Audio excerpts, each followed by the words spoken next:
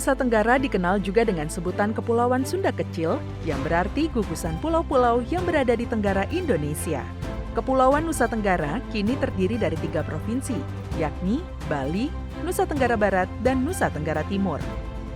3 provinsi Kepulauan Nusa Tenggara memiliki ciri khas masing-masing. Bali terkenal sebagai salah satu destinasi wisata mancanegara yang cukup populer di dunia. Keindahan Bali berpotensi untuk kemajuan bidang pariwisata dan kebudayaan Indonesia.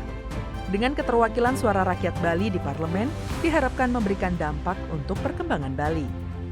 Pemilihan umum 2024 wilayah Bali terdiri dari 8 kabupaten dan 1 kota, memiliki kuota 9 kursi legislatif.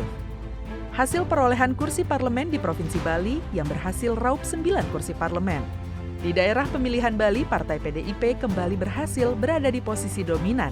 Partai PDIP berhasil mengamankan 5 kursi legislatif dan disusul oleh Partai Golkar, Gerindra, Nasdem, dan Demokrat masing-masing raih 1 kursi.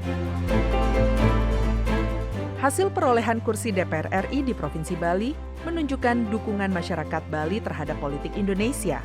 Ikut menyuarakan hak pilih di pemilu merupakan wujud konkret rakyat dalam ikut mewujudkan arah masa depan Indonesia. Julukan Bumi Gora disematkan pada Nusa Tenggara Barat. Julukan tersebut diberikan sebagai pengingat kejayaan, sistem Gora, dan semangat petani Lombok dalam mewujudkan swasembada pangan. Provinsi Nusa Tenggara Barat berhasil mengamankan kursi di parlemen. Sebanyak 11 anggota calon legislatif yang siap mewakili suara rakyat Nusa Tenggara Barat memberikan harapan besar untuk kemajuan Nusa Tenggara Barat.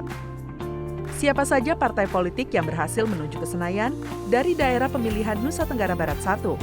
3 calon legislatif memiliki daerah pemilihan Nusa Tenggara Barat 1 dari Partai Nasdem, PKB, dan PKS. Sementara itu, di daerah pemilihan Nusa Tenggara Barat 2 memiliki lebih banyak kuota kursi di parlemen. Terdapat 8 kursi parlemen yang sudah terisi, yakni PDIP, Golkar, Gerindra, Nasdem, PKB, PKS, PAN, hingga Demokrat berhasil raih 1 kursi di parlemen untuk mewakili daerah pemilihan Nusa Tenggara Barat 2. Hasil perolehan kursi di daerah pemilihan Nusa Tenggara Timur 1, terdapat 6 caleg yang lolos ke Senayan. Partai politik yang berhasil raih kursi parlemen, yakni PDIP, Golkar, Nasdem, PKB, PAN, dan Demokrat, masing-masing raih 1 kursi legislatif. Sementara itu di daerah pemilihan Nusa Tenggara Timur 2 memiliki kuota 7 kursi DPR RI.